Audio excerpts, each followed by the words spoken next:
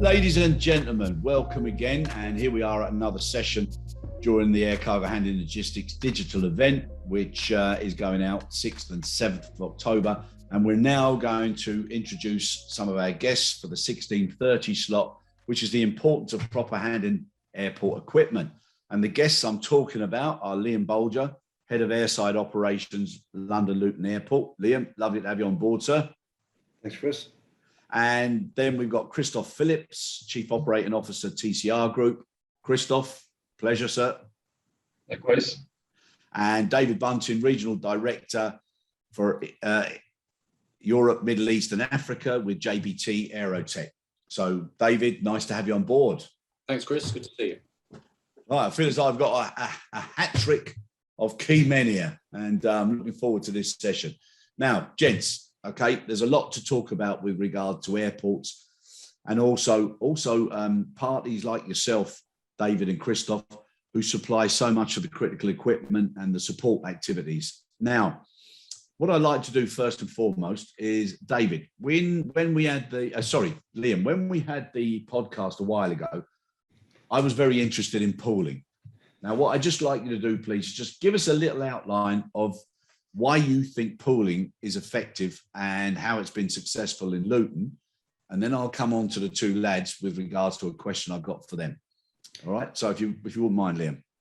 Well, I would say the first thing is just take the past 18 months and for any ground handler sitting holding assets that were depreciating and had no work to attend to, gives you a fair idea why it makes sense. Maybe not so much for Christoph at the minute, but you know, these guys are in that market, they know what they're doing. But, you know, there's been an awful lot of stuff sitting around and still is. That's costing money. Handlers that own their own stuff are hemorrhaging money on depreciation and they have no work. So that's one of the reasons. And the other reason is, you know, it just makes it easier. It makes it easier for everybody. We've got one ground handler who's got the most efficient door 1 and door 2 opening time and across 159 stations for their airline carrier. And they earned, you know, when things were good in 2019, they earned an extra 250,000 quid for having the most efficient door 1 and door 2. So why wouldn't you do it? We have less damage, it's more efficient. You know, the equipment is very well maintained and it's in good order. We put this out in 2017 on a 3+1+1 contract, thinking that by the time we got to 5 years, it wouldn't be worth keeping. Well, you could stick it out for another 5 years and nobody would know the difference.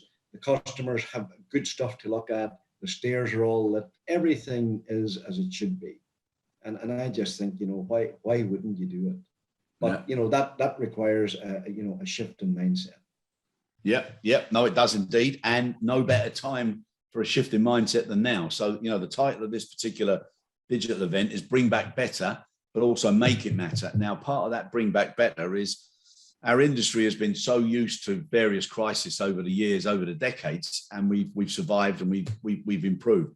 But this one has affected everybody in so many different ways. And if we don't make big steps now and leap forward, not just move forward, it's gonna handicap us as we move forward. Now, Christoph, you've got solutions for ground handlers, for airlines, for airports, and also refurbished GSE.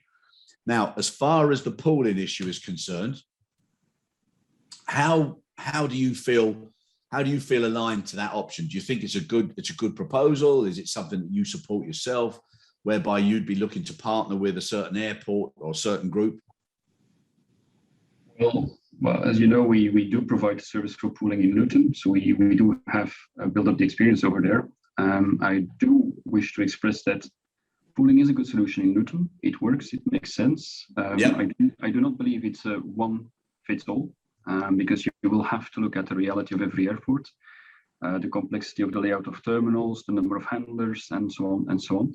But what it does bring, pooling is just one way of implementing exactly the same thing. It is having stakeholders work together and making common, intelligent choices. So indeed, if you have limited space, the best thing to do is to make sure that you do not double up on equipment. If you have a high cost linked to assets, then of course it's better to use lesser fleet for purpose. So to use them more optimal. So pooling as a concept for sure makes sense. But in the end, it comes down to all the stakeholders, like Ian actually also mentioned, recognizing the benefits it brings. So what is the complexity for me with implementing pooling? It's disruptive. It changes the way everyone operates at that same airport. And that is the change that everyone is willing to need to consider making. And that's probably the change we will have to try to, well, at least open up as a discussion in different airports, because there will be plenty where it's of option and where it will be adding value. But so for me, that's what I feel about the pooling in general. Okay. Now, obviously, your partnership with Luton has been successful. Now, would you say that those successes have been received well from any other airport where you've tried to do a similar proposal or a similar relationship? Yes, I think there is a lot of traction, and Liam will confirm, because he's been visited by I don't know how many different airports from around the world to see how it works. We have been also supporting those airports in the assessment. But what is fundamental is actually what I mentioned before, is the ownership of every single stakeholder. Everyone needs to be on board with the project. It's not you have something common and some choose to take part and others do not take part. It is at the interest and at the benefit of everyone. And certain things that have been happening in a certain way in the past will have to be reconsidered. And it's around who's actually managing, who's policing, who's actually paying for what element of the cost setup. In the past, people could run an operation with 20-year-old kit, potentially. Have little depreciation costs and try to do the minimum of maintenance. Of course, pooling, if you go up with newer equipment, it will be slightly more expensive. Also, the standard may have changed, safety settings may have changed, but it also brings benefits, and some of them will be quantifiable financially, others may not be, and they will be more qualitative. And it's around safety of our staff, safety of our people, decarbonization. And so the question is, how do you make sure that all the stakeholders valorize those changes into the similar extent? So that will be the main challenge. So, but we do see a lot of traction from airports asking questions about pooling. But what we tend to do is we tend to tell them that it's only interesting to do it if everyone is sincerely on board. Otherwise, it's a very lengthy, complicated exercise that will not end in the results that people seek. So it really requires the commitment from the airport, the handler community, the service providers, every single person involved in that activity. And that's really, really fundamental. I assume Liam will confirm.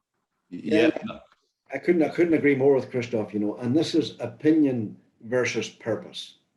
And, right now we're big in opinion and we're very short on purpose. Right across the industry, that's not just in one particular area, but everybody's got an opinion about it. But, go and ask them their purpose and see how you get it. And that's where they get stuck. Yeah, okay, fair enough. I'm going to come back to something there, Christoph, in a minute. But David, your perspective on pooling, and obviously you've got, on your website, one of the big features there is reducing operating costs. Mm-hmm. So at this moment in time, one of the first things all CEOs and any C-suite level, they're all, I need return on investment. I need to reduce my costs. I need cash flow. I'm looking only ahead, very short term, which is understandable. So, what's your opinion there on a solution that, well, hopefully would try and convince all the parties as to why they should do it? Because the question I got there, Christoph is saying that the success is primarily if everybody gets on board. Yeah. Liam is endorsing that. But the secret with any of these issues is, yes, we know it's successful if everybody gets on board. It's like a football team playing with the same strategy. If one person decides to play his own game, it's going to stand out. But how do you convince people that they should be all on board? I think, echoing what the other two guys said, you've got to have that collaboration. You've got to have everybody on board. That's quite clear. And I think you've got to take away the fear factor from people that the equipment will be available for them to use, that they're not going to lose out. They're not really going to suffer as a result of equipment availability. And to me, I wouldn't say it's inevitable, but it just makes perfect sense if you look at the utilization of a lot of existing equipment out there, especially clearly pre-pandemic. there's a lot of headroom in equipment that isn't fully utilized. So you're doubling up on equipment, and the fact that you can see equipment out there that's 15, 20, 25 years old still being used goes to show that there's plenty of life in it. So and another thing I think we can look at in order to get people on board is, and Liam, I'm sure you've had countless discussions on this, and probably Christoph too, is maybe breaking it down into more manageable units. So you might have an airport with multiple terminals, and it could work very well in one terminal. So maybe try it there first, rather than trying to get everything going all in one go. So kind of making it a manageable project going forward. And we've spoken to a number of different airports, and in fact in Hong Kong they're doing just that in one particular area with a particular product type, and it's working very well. And I think as that develops and people see that it can be successful, then it works very well, then you can start to roll that out and maybe expand it to other product groups and other terminals. Okay, good. And something that you just mentioned there, David, I've worked with quite a few organizations, especially around the Middle East, and every now and again there's a directive that comes out from one of the authorities that puts a timeline on the age allowance of a particular piece of equipment. And when you think in some cases, high loaders or whatever, you might only have to go 100 meters because you've got stands right outside the facility. So what they do as far as wear and tear in 10 years, somewhere else, it might be the equivalent of 3 or 4 years. How do you overcome that? And again, to me, it's common sense. You look at some classic cars and they're in mint condition. You look at some cars that are 2 years old and they're ready for the scrap heap. So how do you put that across to airports to have a more realistic approach, so that again, we're not wasting money and investment for equipment that's there? Yeah, I think it comes back to that sort of collaboration, and rather than setting a draconian rule that's the cutoff point for everything, it's being open to discussion and actually understand. And we can do equipment assessments and give you recommended life cycle of a particular product. And that example is a good one: a cargo loader maybe versus a lower deck loader versus a baggage tractor. The applications are very, very different, and the usage is very different.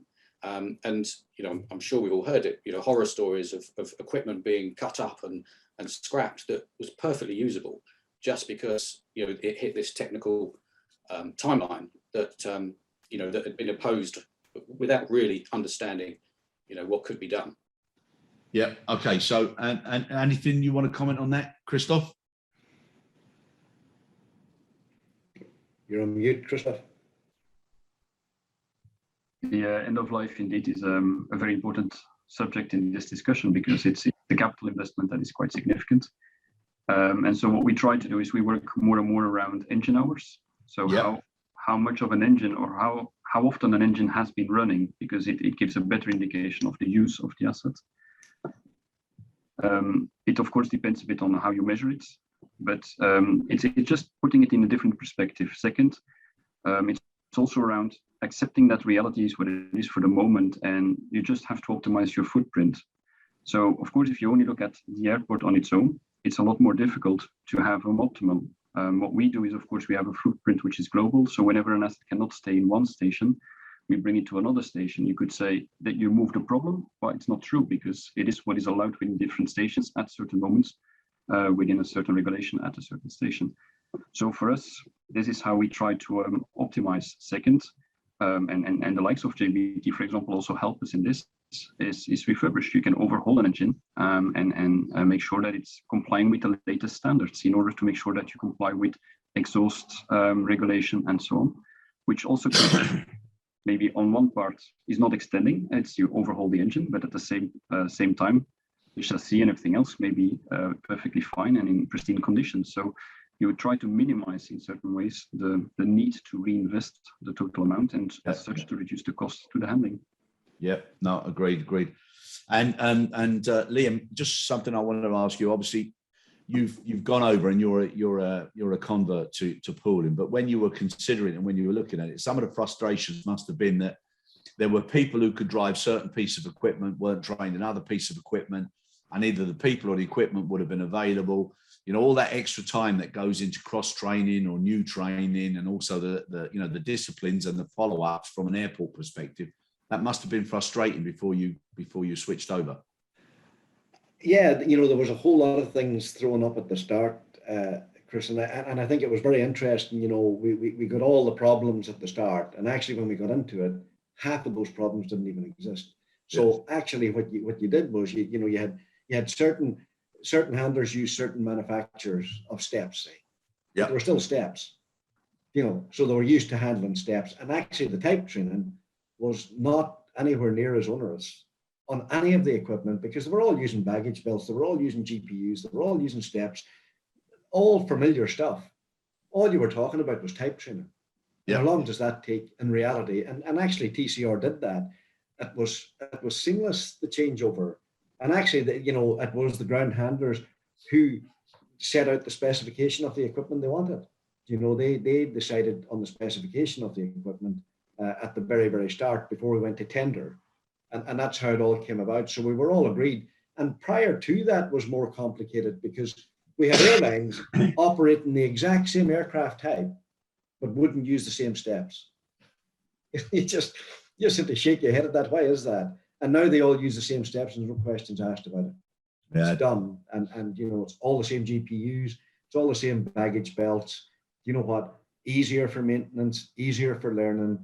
It simplifies the whole process. Yeah. The point you're making there is a little bit like the old cone conundrum. I mean, I could never understand why there was, so many cones at different positions, and a cone is a cone, and it needs to be put in certain areas. It's crazy why things aren't more consistent. Yeah, there's 5 at Luton, 5 cones, and they're out in all weathers because I said if you don't need them in high winds, which is your high risk time, then you don't need them at all. Yeah, and actually, cones don't justify behavior. I spoke to one airline who was up to 18 cones on the 777. That's madness. 18. Yeah. That's where people were hitting it. And I said, well, the cone's not your problem. The people hitting your aircraft. What are you doing about that? Yeah, Don't put out another cone. Get rid of all the cones and change the behavior. Yeah. That's a better way to tackle that. Yeah. No, I agree. And on that point, Liam. So this is a throw out there to both David and Christoph. When it comes down to proficiency and safety of drivers or users, what are you guys doing to assist there? I mean, obviously, you're looking at autonomous equipment, etc. But what are you doing to help the operator? You're on mute, Dave.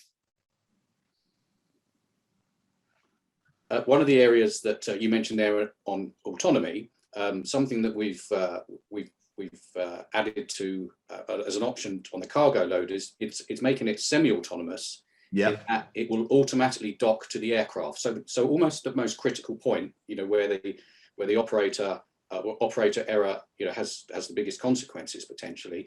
The operator is still in control of the machine, but he instigates a process where the machine kind of takes over and navigates itself to the aircraft door. So that's really assisting the operator in that environment. The unit itself is scanning the area around it for obstacles, and obviously there's static obstacles, but there's people and equipment moving around an aircraft all the time as well. So it has to factor that in too. So that's one of the areas, but the operator is in control because they still have to have their hands on the controls of the unit to see what's going on. And we made it so that they have to have both hands so that the operator doesn't get distracted maybe by a phone and he's looking at his phone and not looking at the application. So 2 hands on the control. And that's making it safer for the people around the loader and also reducing potential damage on the aircraft because the machine is controlling that approach. So that's one example of what we've been doing. Okay, good. And Christoph? Well, it's touched upon by both in what they were mentioning, both Liam and David. But it's all about behavior because the technology just allows to stop people doing something. But if people are known to be very creative, and I've seen the craziest things happening, really inventive things to override or stop or overcome technology that has been installed on assets to stop them from doing what they are doing. So what we tend to do is we have invested quite a lot with a partner, Targa, on the motorized fleet, and it's about telematics. Yeah. But telematics is, again, like technology, not stopping people from doing it, but it's monitoring it.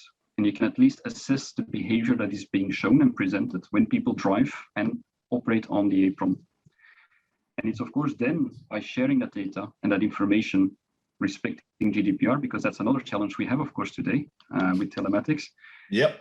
Within the regulation and within the constraints, is make sure that people do act upon the set of data we provide. And that's, of course, very important. I do believe that the technology that is suggested is needed and is of the utmost importance. But it's also what Liam said. In the end, it comes down to the behavior of the people, because you can avoid 90% by changing the behavior. Of course, are we dreaming in hoping we can change the behavior of people? Maybe. But still, with the right telematics on board, having the right tools to monitor and follow, and having people taking responsibility and accountability for their teams, for their staff and their people. Yeah, I think that's really important.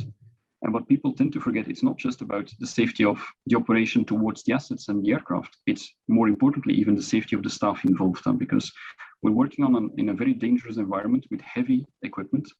If something happens, typically it ends up to be very severe. So it's really important that people do realize, do get that awareness, and they are supported in their day-to-day operation by technology. But it should be technology in support of, not technology to replace behavior, because that will never happen. No, I agree with that. And just looking at your backdrop there with all the buses there, I was doing a podcast with a young guy, and they're working on biometrics. And one of the things they're working on is like it's like a phone screen, so it can be done on a laptop, on your phone, or on a screen that would be in a vehicle like that. And basically, it scans you for your blood pressure, your oxygen level. It's five different basics. But what it also does is it scans you for fatigue and stress. Now, if you were at a certain level, it wouldn't let the ignition be turned on. Do you think that's got some leg room? Again, technology in support of changing behavior is always nice and is needed. From a very practical perspective, what I do see is whenever we install technology, and it could be for good reasons or bad reasons, but first of all, a lot of the technology is sensitive and gets damaged quite easily, because it's quite a tough environment. Very little of the assets, for example, do have a suspension for safety reasons. But if there is no suspension, then also the impact of the asset on the technology is quite severe. And so if you have touch screens, those kind of things, then typically they end broken quite easily and quite quickly. Once they're broken, they're not used anymore. Sometimes we see people intentionally breaking them, because then it stops them from being monitored. So again, in the end, the technology, yes, for sure, it will bring value, but it will have to come together with changing the behavior, because if people feel that those tools are there to control them as an individual, then it will not work. If it's understood it's to help them and to support them to operate in a safe environment, then I think we have a shot to change and to have a real impact. Okay, good. And Liam, from an airport perspective, one of the things that, I mean, everybody's talking now, they say collaborate here, collaborate there, collaborate everywhere. It's a little bit like a pantomime song, but you know, whether it's rhetoric or whether it's real is the real question. Now, the one thing that I always find strange, everybody talks about sharing of data and how open everybody should be. But one of the most difficult things to get, whether it's from a GHA, from an airport operator, from anybody associated with that, is the actual safety performance. Yeah. Now, you know, that to me is one of the most important, because one of the biggest questions you get asked as a consultant is, well, what's the industry standard, or what's the regional standard, or what's my competitor's standard? Well, you know, it should just be, this is the range, you know, and if you're in this range, you're in a critical area. If you're in this range, you're in an important area. And if you're in this range, you're in a recommended area. But there should be a lot more openness, I believe. Otherwise, the importance of data, which is critical now moving forward for all business, you know, it's not going to be as quickly as we would like, and as an industry, we'll be left behind again. Yeah, no, I think that's dead right. You know, if we just go back to pooling, you know, pre-pooling, you know, our environment, one commentator called it chaotic. And it wasn't my finest moment when that person said that. You know, we had done a lot of work. And this was back in 2013. And this is when we only had 2 ground handlers and they had their own equipment. And this guy just looked at it and shook his head and he says, it just looks chaotic. Yeah. So my question to you guys would be, how do people behave in a chaotic environment? If that's how it's perceived, how do people behave in that? And the biggest benefit of pooling for me was the cleaning up and the tidying up of airside. So you send a person into a 5-star hotel. If you have to instruct them on how to behave themselves in a 5-star hotel, you shouldn't take them there at all. And if you've got an airside environment that's not cared for, don't expect people to behave in a way that's better than the environment that they're in, because they're not going to do it. They're not going to do it because if nobody cares, nobody cares. That's just the simple truth. When you clean it all up, there's an expectation. And people, believe it or not, are very sensitive to the environment in which they operate. And the behavior change for us was quite dramatic, the behavior change from where we were at to where we are today. And it took quite a bit of work, and you're right, everybody talks about collaboration. Here's what you need. And it's, collaboration only starts when somebody says it's got to start. Yeah. It starts out very directive and it ends up in collaboration, but somebody has to take the lead. So 2 things you need. You need a very clearly defined purpose. What are you there for? Are we there for OTP and this whole raft of KPIs that drives us every day? That's, it's just nonsense, isn't it? When you sit and think about it, what are we really there for in the first place? Is it not just to be our best selves and do the best job we possibly can? Yeah. Forget about OTP. OTP through lockdown is no better than it was when we were flat out in 2019. In fact, worse, because we had a different set of rules to comply to. Yeah. So nothing's changed there. So are we going to go back to that same groove that we were in 2019?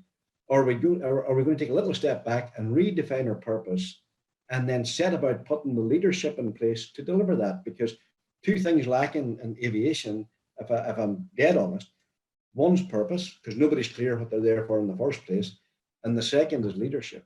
Yeah. Because without purpose, there can be no leadership, because what are you leading them towards? Failure every day on OTP and KPIs, that's what you're leading people towards today. So those 2 things need to be rectified. But I will tell you, if you can tidy up your airfield in any way, and it doesn't have to pool everything, Christoph's right, it won't work for everything and it won't work everywhere. Yeah. But, if you've got 8 or 9 ground handlers, even 3, let me tell you, somebody has to take the lead. And if you want collaboration, you need very clear leadership, because that is the way it's going to happen here.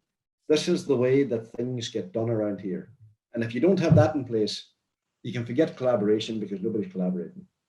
Yep. And I just think that's the truth of it. Yeah, no, I agree there with the statements there, purpose, leadership, and also letting people know about minimum expectations, because the fact that you can't get a true matrix of SPIs that makes sense that everybody should aspire to is a question. And then the fact that you've got so many complex SLAs and KPIs and the majority of staff haven't got a clue what's going on. They just think the managers need to get those to a certain level to get their bonuses. So it's ineffective. But the one thing that you touched on there, and whenever I'm on a flight, which thank heavens has started to increase now just lately, but I listen to the people when we're on the bus, the transfer buses. And more often than people realize, people make comments about the tidiness or the organization or the disorganization as they're going through, and they see things that would make them think, good God almighty, what am I doing coming in here, And then when you're looking out the window, when you've got a window seat and you're looking at what's going on, people need to be aware of how that impacts the end result, which is the customer experience. Yeah. And some airports, when you get there, you think to yourself, my God, no senior manager has ever been out on that particular ramp. Now, a question I got for you, David and Christoph, is when you've put so much into identifying what your customers need, and you redevelop your equipment, you make it as multi-purpose and as easy to operate as possible, you must get frustrated with the way when you travel and you see the way some of that equipment is stored, where it's left, how people are using it. You must be so mad at times. Is there not now something that can be associated, or do you associate this with your ongoing contracts? whereby you do an ongoing like MOT of user capability and competence, or codes of practice or codes of conduct with that particular equipment? Yeah, I mean, there's obviously the regulatory stuff, and there's also the stuff that we should be doing and could be doing more of. And what's interesting to your point is that most equipment users want the equipment painted in their colors. Yep. And want their logos on it. So it really is representing them as an organization. You know, one of the things as a manufacturer we try and get is, you know, can we get our logo so that the customer can see that it is a piece of JVT equipment? But the reality is most equipment is painted in the airline's colors or the ground handlers colors with their logos. So it's even more important that that equipment represents their organization well and is well looked after. So yes, and another thing that that I try to do, which doesn't seem to be that common in our industry, but it's something that I did a lot and I see it in other industries, is actually getting to speak with the operators, and understanding what challenges do they face. Really, actually, because we'll get tenders, we'll get technical requirements, technical specifications, and it's often a spreadsheet-driven exercise, and you're complying to a yes or no question. But it's often that you can get with the operator, and Christoph and his team would be the same, and just to understand the challenges and see how you can improve their operation, their motivation. It could be a small feature on the machine that really makes a difference to them. And I think the backdrop that I've got, obviously it's a cool picture, but when you think the guy that's in control of that machine, the machine that he's driving itself is worth hundreds of thousands of dollars. Yep. Against an aircraft that's worth millions, and he's transporting a precious piece of cargo for a customer. That guy is so key to that whole operation. Yeah. So understanding their needs and talking to them means that you can help your customer add value. Yeah. Yeah. No, 100%. And Christoph? Well, I have two angles to it. It's two viewpoints because it's interesting, and I'll be very open how I perceive it and in the day-to-day, because it is a very sensitive and very complicated discussion. Because if you would look at the damage in some of the airports towards assets, it is very significant, and it could lead to significant costs for the end user. Let's say, not the end user, but the one renting the equipment. But there are two things. One is when we link it to pooling, it's always funny. When we have a pooling situation, people say, I do want my brand to be visible, my image, everything on that step. It cannot be pooling Luton Airport. It has to be my brand. And I try to tell them, I said, but if I'm a passenger, when do you think I'm looking outside to watch the brand on the step? It's when someone is announcing that we're going to be delayed. Yes. And I'm annoyed. If it's all fine, I'm just on a rush, happy, I'm on holiday.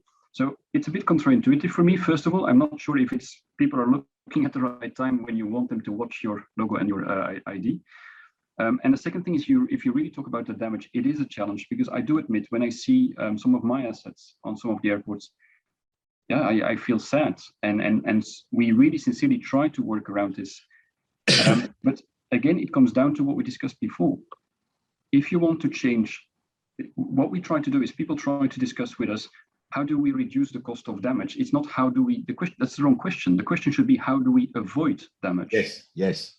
Because the cost will be what it is, but you have to avoid it. And if you want to avoid it, you have to change behavior. And that's where, for example, pooling in Luton has worked, because if the assets are not driving around, then they cannot be hit by someone else, or you cannot hit something else because they are on the stand and it's only a maintenance guy that's driving it for maintenance. So it reduces the entire discussion because it's not that straightforward. It is true.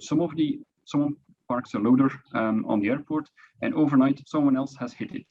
Who did it? I don't know. No one knows. But then, of course, who's going to pay for it? And it's an endless discussion. So it's all about changing behavior. And of course, the tools we develop, like telematics, do help in facilitating.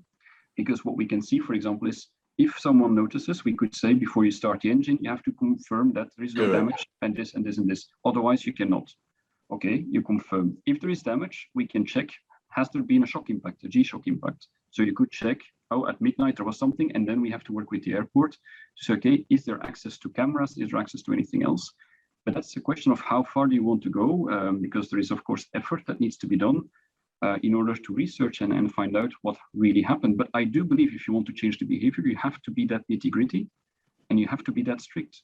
And it will be painful at the start, but it will deliver the results you wish. But because I want to make sure that the message is also clear.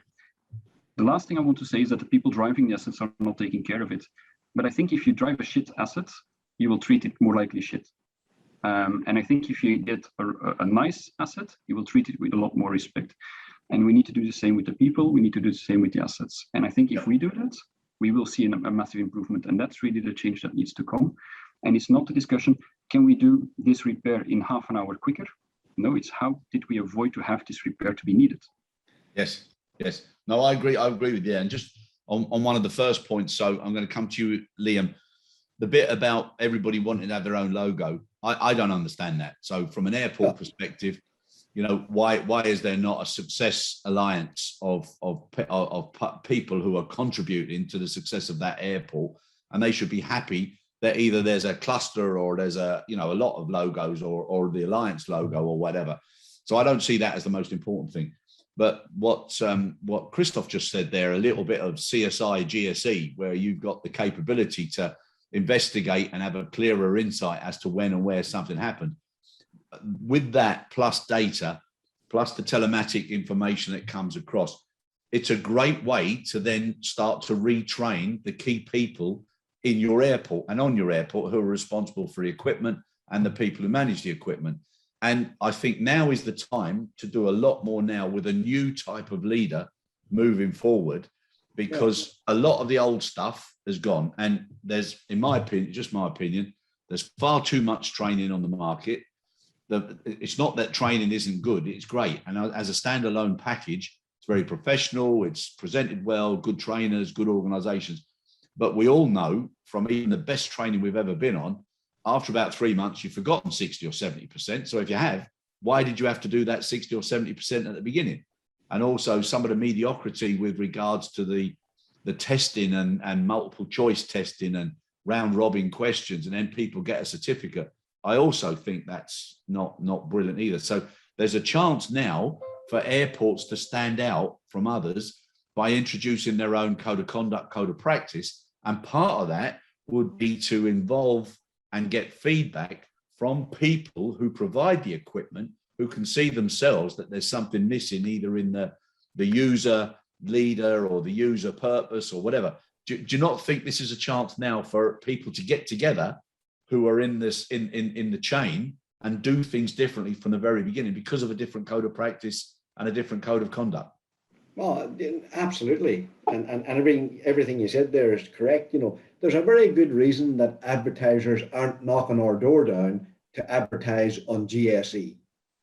It's because nobody looks at it and it wouldn't generate any revenue. So having your logo on something, you've got to be a wee bit careful what you wish for, because if you're going to stick your name to something and then you're going to abuse it, let me tell you, would you leave your car into a garage where their garage vehicle was beat up and run down and looked like they didn't care about it?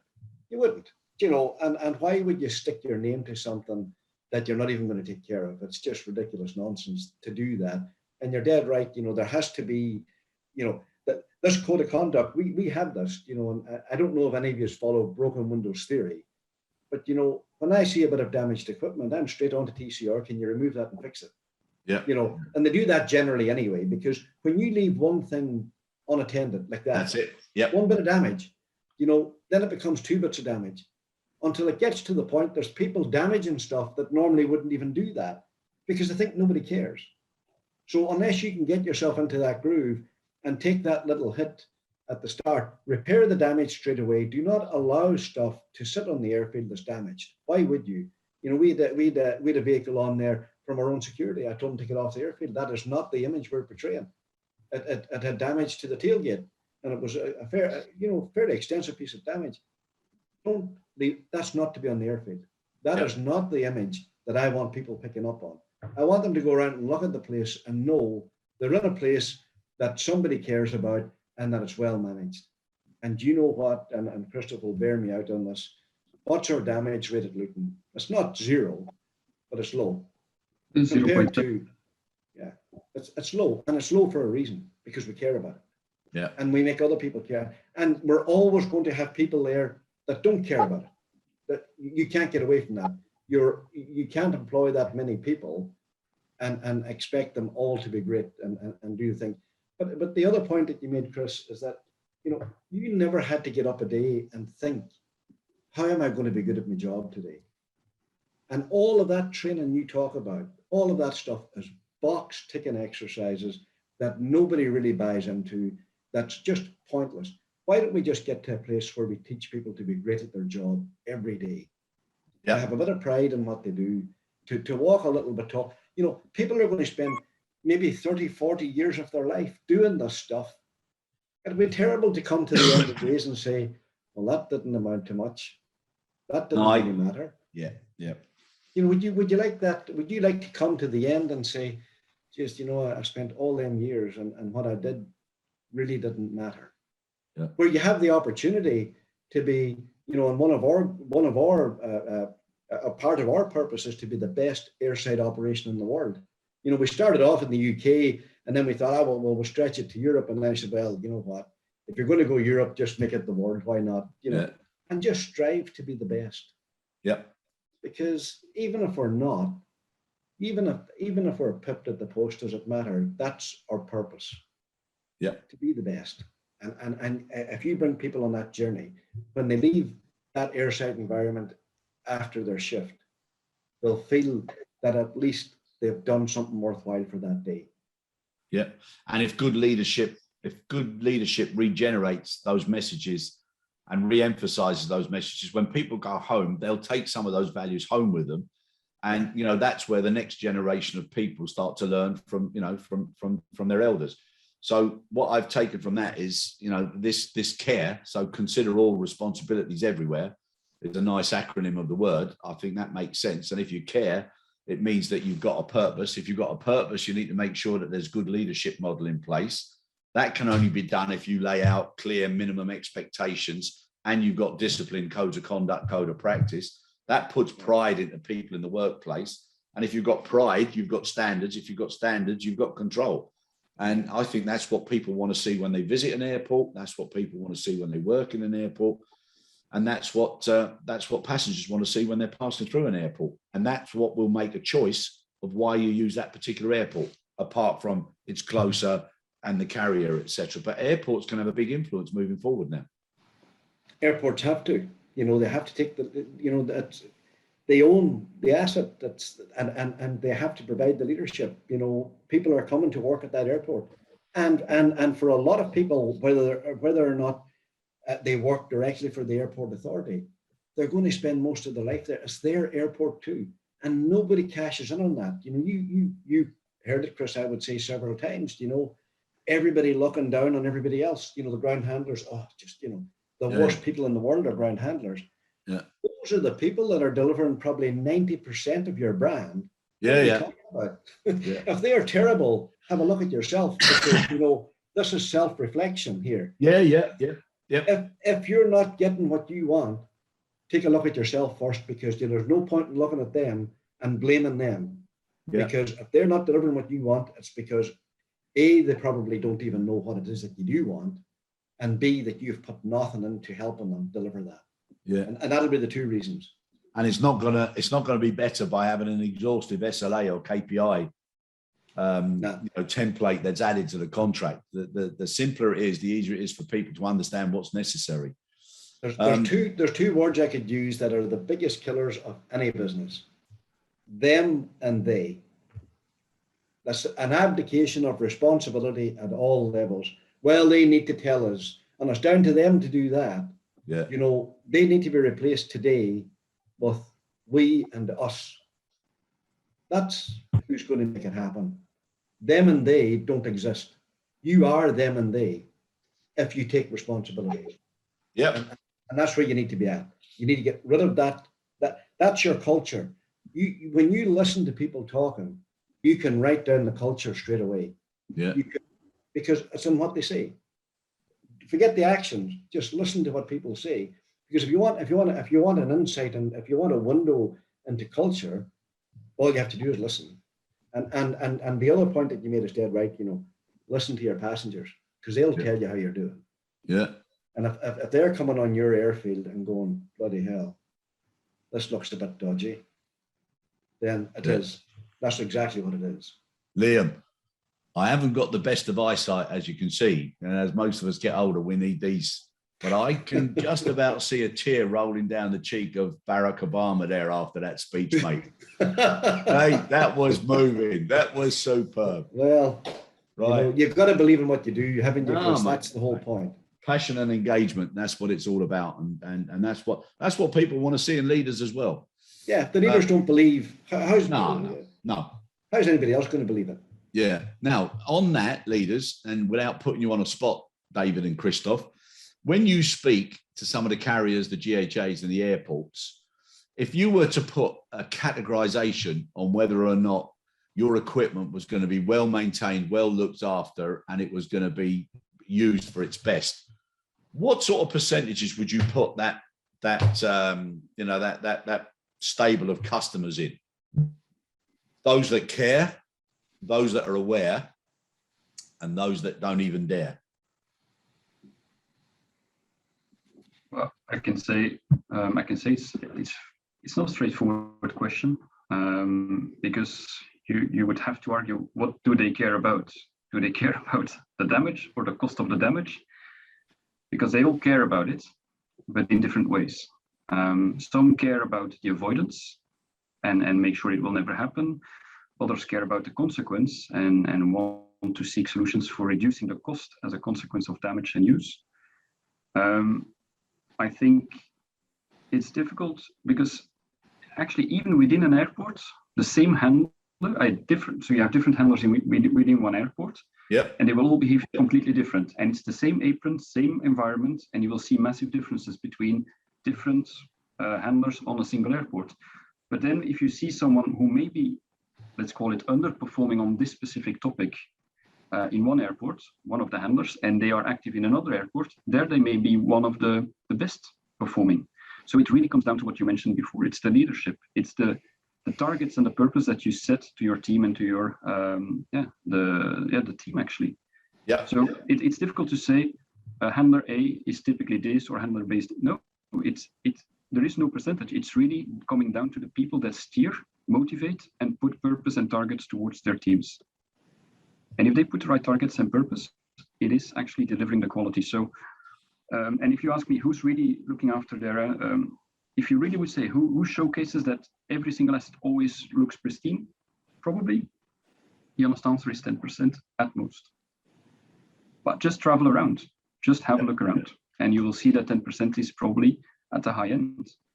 In Luton, for example, it's different because, again, it's not an individual responsibility, it's the joint responsibility. And what still strikes me is that when we launched it, it looked pristine. When you go there tomorrow, it still looks pristine. And that's really a pleasure to see. So the answer is, it really comes down to the leadership, but it's for sure an immense and a very important attention point to improve on. That's for sure. Okay, so now coming to you, David. So what we covered there, and it's a concept that I use quite often, and I call it the MAP principle. So it's the man at top and not a corporate culture. So what Christoph has just said there, in some airports, one handler might be brilliant, and in another airport, the same handler isn't so good. So one of the things that I think is so important now about, bring back better and make it matter is organizations need to identify now what their new purpose is moving forward. And then they need to almost Starbuckify and make sure that there's a consistency and that there's certain standards that everybody can say, right, if I go here, if I go there, if I go there, the best practices of all of those MAP principles are rolled into one. So it becomes the corporate culture of that particular organization, whether it be a handling agent, whether it be an airport, whether it be a carrier, etc. And I think that's what's missing because there's so much flexibility and localized opportunity to do things as differently as is necessary or as necessary as that person feels it is at the time. So similar question to you, David, as far as categorization, if somebody was to say to you, right, you've had a brilliant career, you've won the lottery, so now you can say what you really need to say. Mm-hmm. If you were to put those customers in three categories, care, not really aware, and don't even dare, how many would be in the upper section of genuinely care about the whole spectrum from a good leadership and purpose perspective? Yeah, I think it's difficult to put a percentage on it, but not wanting to sit on the fence on it. I think everybody has the best of intentions, that they say they care, and I believe they mean that they care, but do they actually genuinely care, and do they follow it right down to the operator and the ground staff? Does that message get through? And Christoph gave the example of one handler can vary. The same handler can vary from airport to airport. Even within one operation, with telematics now, we can see ever such a lot of information, and you can see big variations between operators, between shifts. And we've also, I spent some time with a pushback tractor driver at Gatwick a couple of years ago, and the guy was so proud of his job and what he did as his experience. And I was in awe, because I'm sat in his cab and he's pushing back, these incredible aircraft, and just asking him a few questions, and you could just tell he was just bursting with pride about what he was doing and the responsibility that he had. And I think one of the challenges as an industry that we have is we have a high turnover of ground staff, and it's hard to recruit good people. So you're losing that element of experience and pride. And one day a guy could be driving a forklift truck in a warehouse, and then he's a ground handler, and then he can be doing something different. And how do we make it more attractive as an industry, and a career, if you like, where people can take pride, and that will reap rewards throughout the whole organisation. And that takes all of us as leaders and individuals to create that environment. I totally agree with you there. And I think we've got to be careful now, as have many industries, because if you look at hospitality, so many people have left because they're not sure whether it's secure moving forward. Now you've got, and unfortunately, some of the places I've been to recently, you've got a good cook who's trying to be a chef. You've got somebody who's never served anybody in their life trying to organise, and there isn't the patience from the customers, and there isn't the competence from the people that are there. And I think the driver issue now with the supply chain problems, we've got to be careful that our industry now doesn't lose those good people who've got so much pride and care and are focused on safety and security, and they'll go to different industries and we'll lose them. So I think there's a real challenge there now, that we've got to start looking at how do we make people want to stay for a career again, but how do you make it interesting for them to allow them to have different experiences throughout the whole process, so that they feel part of a bigger picture instead of just that little cog in a wheel that nobody looks at. So, I think that's something that we can all look at. Now, gents, we're getting near to the... Sorry, Christoph? Can I just add one thing? Because we asked the question, airlines and airports, but I think, airlines and handlers who don't really care.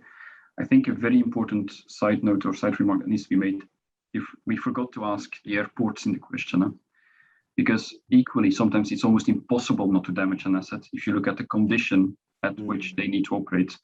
And I'm just giving very practical examples, but if an airport is allowing whoever wishes to join the airport, and rather than having 2 handlers, you have 70, then you will also have a massive duplication of assets. There is less space, there is more risk of damage and accidents. So again, it comes down to damage is a responsibility of all of us, and it's not just the handler or someone else.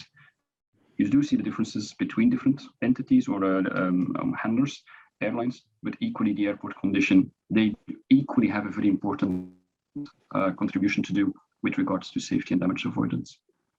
100%. In fact, that's what I was saying earlier about, they've got such a good opportunity now to influence what happens in the future, because they can be responsible for their whole ecosystem, and they can change it. And one of the things you put there, and again, looking at the buses in the background, I've been to some airports, and when you do a gap analysis or you do a little heat map of things that need to be changed, you say to someone, well, who designed that? Because the height of the curbs here are damaging on the turning point for the bus. So you wonder, who did what, when, and how, and where.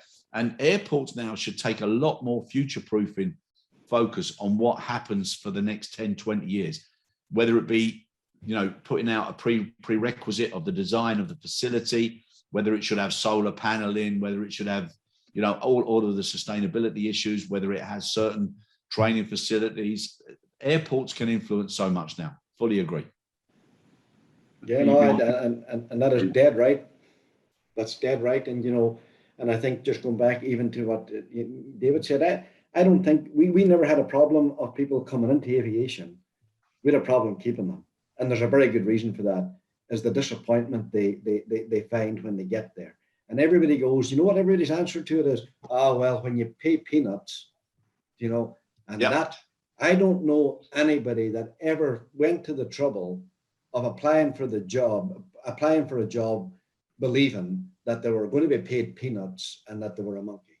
Who ever did that? Who ever took the time to go do that? It's just nonsense. I'll tell you what that is. That's an excuse and another abdication for your responsibility. And that responsibility is all about leadership. And I'll tell you why people won't stay in aviation. It's because the leadership's not good enough. That's why. And it's not centered on them. Where's the career development? You know, when you make it up in a ground handling company, the money's not bad. A fella came to me one time and he said, I'm thinking of knocking this on the head. Have you anything going? And when he told me what he was getting more than me. And I said, well, maybe we could do a swap. And that's not that many years ago. So, there is a career path there, but, unless we're going to tie purpose and into leadership and do something very positive, we're going to be talking about this stuff in 10 years' time. Now's the time, really. Yeah, and we mustn't do for our own sake and also the industry's sake, but also the younger generations that are coming into the business. And I think if people are given a different understanding and approach, they would be willing to do more if they can also share in that upside. And there's nothing wrong with getting people to be cross-skilled, upskilled, new-skilled, re-skilled, so that they've got a higher value and they can do a lot more and help themselves and their own personal family ecosystem to earn more money and have a better life. And the more people generate, enthusiasm, engagement and values and pride, the better for us all.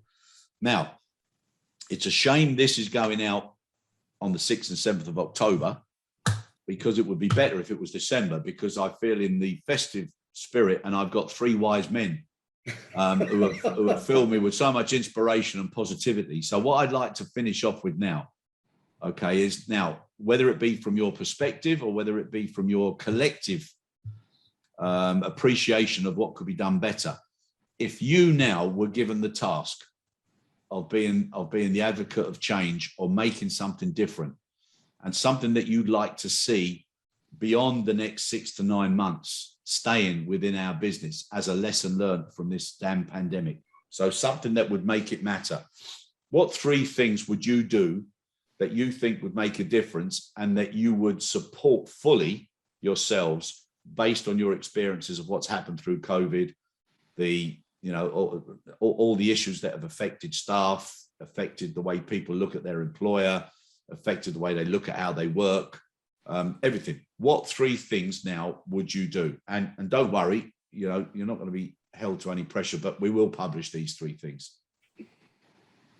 So who wants to go first? Well, I don't mind having a crack at that first. Yep. I think, one of the first things I would do is that I would change direction from things like just culture and go to learning culture, because I think there's been a lot of really good stuff going on here in the last 18 months, time for people to sit back and reflect. And there's a lot to be learned out of what's happened. Yeah. And I think everything that happens on an airfield, if we only adopt approach to learn from it and stop worrying about the blame, will advance far, far quicker than at any other time. Right now, investigations are all about, what happened, what went wrong, this, that, and the other, And now we'll just amend the procedure, or we'll just do this, or we'll just do. But, what is the learning? What have we learned? What really are we taking away from that? Why is it that one person comes through that gate and it's their whole life, and another person comes through and doesn't care? So we need to adopt that. And I think that's one of the other things. And the other 2 things, the most important things would be, I was going to say redefine purpose. I don't think we need to redefine it because it was never there anyway. Yeah. But we need to come up with a collective purpose, because everybody in that system at that airport is representing that brand.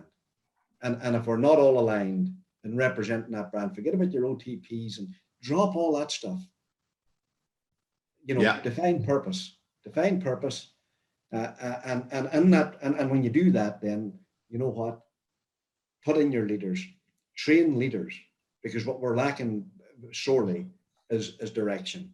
And we need good leaders to provide that at all levels. And I'm not talking just about people sitting at corporate level. I'm talking about people at the front, your team leader. Yeah. What do they get? What skills have they got to walk away with? You know, they turn up every day. This is how they get appointed. You know, it's not hard. You turn up every day, you're reliable, you do a bit of overtime, you know, you don't ruffle too many feathers. You know what, that name's a good fella, should be a team leader.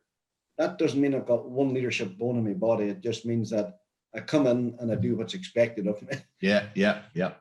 A leader's to get other people to do what's expected of them, you know, to show them, to role model and stuff like that. So they're the three things, you know, drop most of the stuff that we're doing today and go to learning. So drop OTPs, all them measures, all that stuff doesn't matter. Penalizing schemes don't matter. It's what are you learning and how do you apply that? Have a very clear sense of purpose, and then provide the leadership to back it up. You know, what's leadership about? It's about making decisions, and mostly it's about making those decisions work. That's what it's about. Yeah. And also coaching, mentoring, and getting other people to do what's necessary. The one thing there, and thanks for the three of them, Liam, is there's far too many managers never put their foot on the floor. Yeah. And they don't interact and they don't mix. They do everything from statistics, dashboards, and what people tell them. And it's one thing to have responsibility that goes from the ground up to the C-suite. But if you don't then, once that's been validated, if you don't then use your accountability and verify it all the way back down again, you're just waiting for something to happen. So, yeah, I agree with that. So thank you for that. Now, David, Christoph, who wants to go first with the Magic 3? So, yeah, I can go next if that's okay. So I think from an industry perspective, the collaboration, but longer term, true collaboration between all the parties. So, you know, we talk about a blame culture and maybe just looking at they need to do this, they need to do that, and I think that's perfectly valid. And one of the big drivers at the moment is green technology that we're looking forward to. The amount of circular discussions I've had on that very topic, because nobody wants to take responsibility for what actually needs doing. And maybe the environment doesn't allow it, but you need the full collaboration of everybody to understand how can we do this, make these required changes for the long term. And that's the thing, you know, it's too much short-term thinking. So I think that's really important. Linked into that, again, would be understanding the requirements and being open about what we need. Look at, you know, the equipment that's required to do the job in the best possible way for the longer term. You know, you can't choose that on a spreadsheet by tick boxing, you know, what you've used before. And, you know, I've asked customers on numerous occasions, you know, tell me what you're handling, how many aircraft, what type of aircraft, what is it you need to do? And it's almost like they've never been asked that before. Well, just give me what we've basics. Got. Yeah. We've got this loader and it's perfectly fine. And so that, again, that's about collaboration and being open and understanding so that we can help the end user.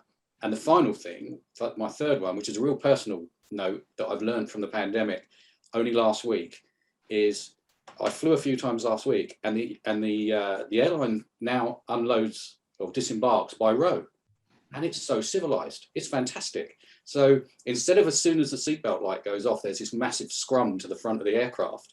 Everybody's asked to sit down, and they call you off in row numbers.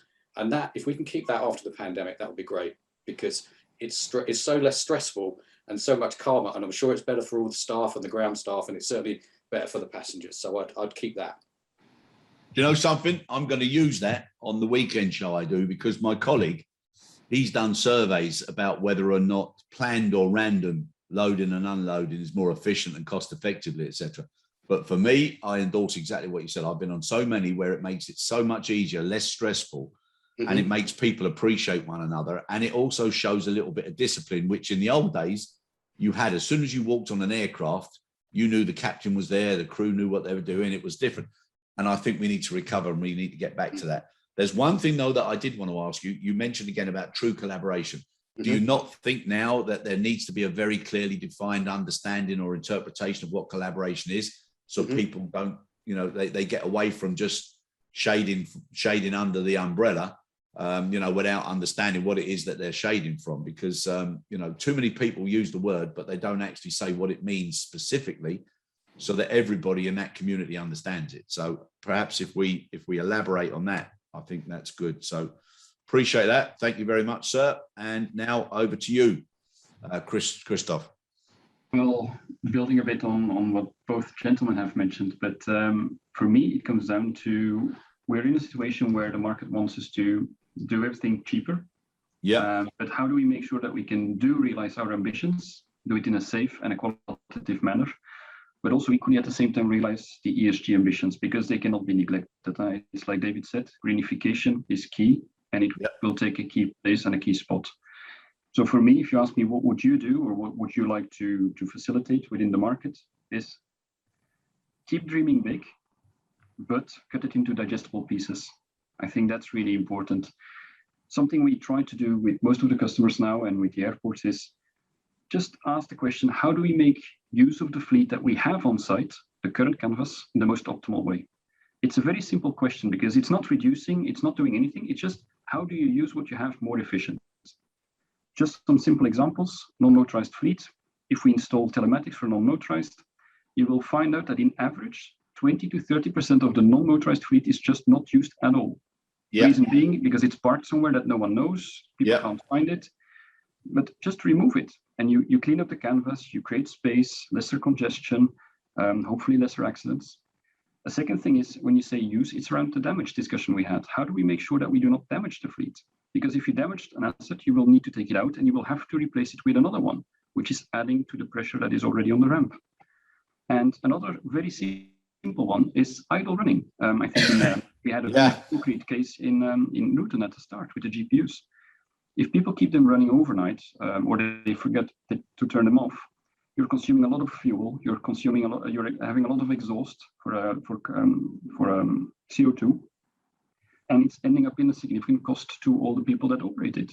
So these are not things that are costing anything to people. These are things that actually make you save money. So it's just use what you have in the most appropriate way. And these are some simple things we try to do with people. Have impact, give positive momentum to people. Once they have positive momentum, you can do the second, which is, how do you size the fleet correctly? And pooling is one of them. But it could equally be just by using telematics and saying for one family, okay, let's be more intelligent. We're not using it to the full extent, but also dare to engage with the airport and the airline on the flight schedule and the peak. Because in the end, all volumes are determined through the peak. That's the only thing that will trigger what you need. So it's engage with everyone, and that's the collaboration aspect. And then the third layer is really around technology. Technology to go green, but technology also to go autonomous. But why do I want to emphasize? Start with the use it right, size it right. Because whenever you start talking about green, you start talking about infrastructure, investment, and people think multi-billion investments. Let's be smart. Reduce or avoid having to invest in the things we do not need. And that's why we need to use optimal, size optimal, and then for what we really need, we need to do. I have sometimes people asking me, can we get all the stairs in electrical? I said, but what's the impact on decarbonization? If you would just pull GPUs, ASUs, that makes sense, because people use them very rarely, they all have them, but it's more of a backup emergency issue. So why do not have some common projects where you start small, like we mentioned before, a terminal, a family, and then you have impact. So the key message for me would be, dream big, but cut it into digestible pieces. Just be realistic and make sure that every month you can celebrate something. So that people keep engaging, keep committing to it. Sometimes it takes too long to get to an outcome, and then you lose the people and you lose the momentum. So that's really important for me. Right. And thanks very much, lads. Now, if I was to ask you, and if I was to say, right, I've got 25 experienced colleagues from around our industry, and I've got 25 newcomers to the industry. Okay. And if they were listening in to what the three of you said, obviously there'd be a lot of nodding heads, but I'm sure out of those 50, they'd be saying, I'd like to see those written down somewhere, or I'd like to see them as success guidelines or whatever. Do you think you could do that? Yeah, I think we can. Have you already done it? Have you already done it? We are at this stage. We are launching for every of those topics we're talking about a video with very clear practical guidelines, and they're being launched over the next months. 2 have been launched. But it's really about, and I think it's what you mentioned before, it's about not promoting TCR as a company or an airport as an airport. It is about just sharing best practices and trigger the common interest and make sure that people start thinking.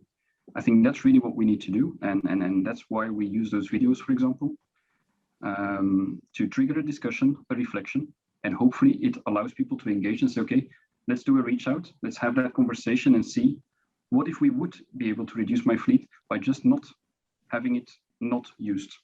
Yep.